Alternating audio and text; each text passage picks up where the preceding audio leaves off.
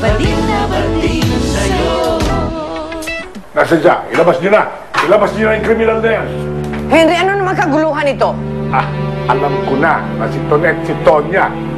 Kaya, ilabas niyo na, huwag niyo na itago. May pananagutan siya sa batas. Ma! Mama! Ma! O bakit? Si Tonet! Nasaan siya? Kailangan harapin niya ang problema. Wala na siya. Umalis kagabi. Bakit niya pinahagan siyang umalis o makatakas?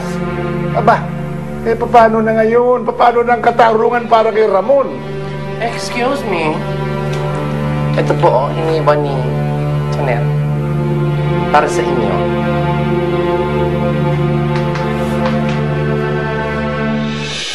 Alam kong masama pa rin ang loob mo sa akin at hindi naman kita masisisi. Mali na hindi ko ipinagtapat sa iyo ang tunay kong pagkatao. Mali na hinayaan kong sarili ko na mahulog sa iyo.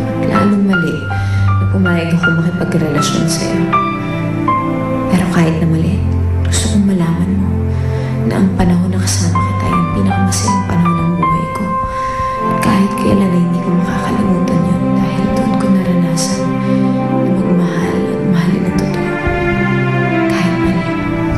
Sana balang araw ay mapatawad mo ko. Love, Tonya.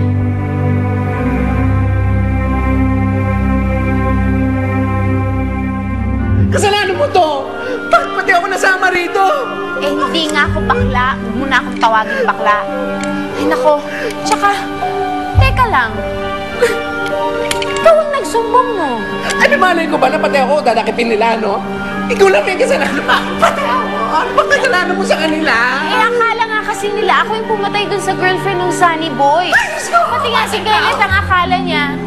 Yung si Ramon, akala niya ako yung bumangga doon kay Ramon, yung kuya niya. Ang dami mo naman kasi pinangga. Ano ba? Hindi naman nakakatulong yung pag-hysterical mo dyan, no? Kasi naman, ba't ako Ikaw ba si Tonet, ang pamangkin ni Sarcy? Sino ka? Ako si Chong. Yung jowa ni Ate? Oo. Ikaw yun? Kaya ako pumunta dito para tulungan kayo. Ay, ito. Kaya tayo, abogi na. Akala ko naman ang sama niya. Dali! Ay, Chong yan. Pero, mabad ka. Hindi ko Doña Estrella! Tayo kayo dyan! Si Sunny Boy, yan yun. Sa wakas, nagkaharap din tayo. Ang babae pumatay sa girlfriend ko. Okay, handaan mo na yung mga yan. Paano itong isa? Ako wala. Hindi ako kasama rito. Gusto ko Total, nandyan na rin yan. Hindi sama mo na. Kami tayo dali! Aray, I remember nung mga bata pa tayo. Pag may problema, mag-uusap lang tayo. Maglalaro. And everything will be alright. Pero hindi na ganun kasimple ngayon. Hindi tayo mga bata. Bakit naman hindi? Of course, we can just forget about all the bad things that happened and start over. Right? Hi. I'm Nikki. You are? Nikki, It's not working, is it? You still miss her, don't you? So I guess you do love her. ano naman ngayon? Wala na siya. Kenneth, if you really love her, bakit hindi mo na lang siya hanapin? Ano siya mamahalin? Kung wala kang tiwala sa kanya. Wala na bang way para mabalik yun? Vodka! Yahoo! Vodka, nasan ka ba? Anong ginagawa mo? What are you doing? Si Vodka, hindi ko kasi makita. Paano mo makikita nandiyan dyan ka lang? Umikot ka kaya? Umikot naman ako! Ay, Bakit? Mama, si Vodka nawawala. Ano? Si Vodka. Vodka! Anong meron? Nari ng mga bakla? Ano ka na? Listen! Si Vodka nawawala kagabi pa. That's why we're worried. Nawawala si Vodka? Abay, nawawala rin si Tonet. Excuse me? Bakit? Excuse me, tabi. Ano yun? Go! Ano nakita mo? Ay? Ano yan? diamond-studded colored eyelashes. Ha? Hindi to basta-basta iiwan ni Vodka. May nangyari sa kanya. Talaga? Baka naman nalaglag yan dyan.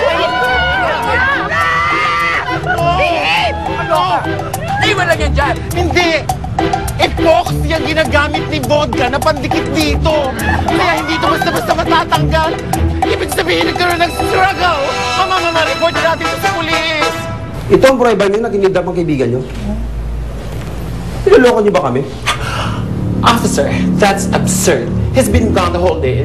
You cannot just concoct something like that. Magsasabi kami ng totoo, no? Anong pinagsasabi mo? Sir, hindi siya nakakaintindi ng Ingles. Ang sinasabi niya, kaya nagkaroon ng ganyang klaseng ebidensya dahil maaaring nagkaroon ng struggle, some sort of a struggle. Okay? Meron pa po ba kayong ibang prueba bukod dito? She's been missing the whole day, officer. At walang nakakaalam kung nasaan siya. Kagaya nga po ng sinabi ko sa inyo, kung wala kayong prueba na may masamang nangyari sa kaibigan ninyo, kailangan natin maghintay ng 24 oras bago natin i-declare na missing siya. At yun ang batas. Sige po, magpapaalam na po kami. Pero, officer, Goodbye. edi goodbye, pure na.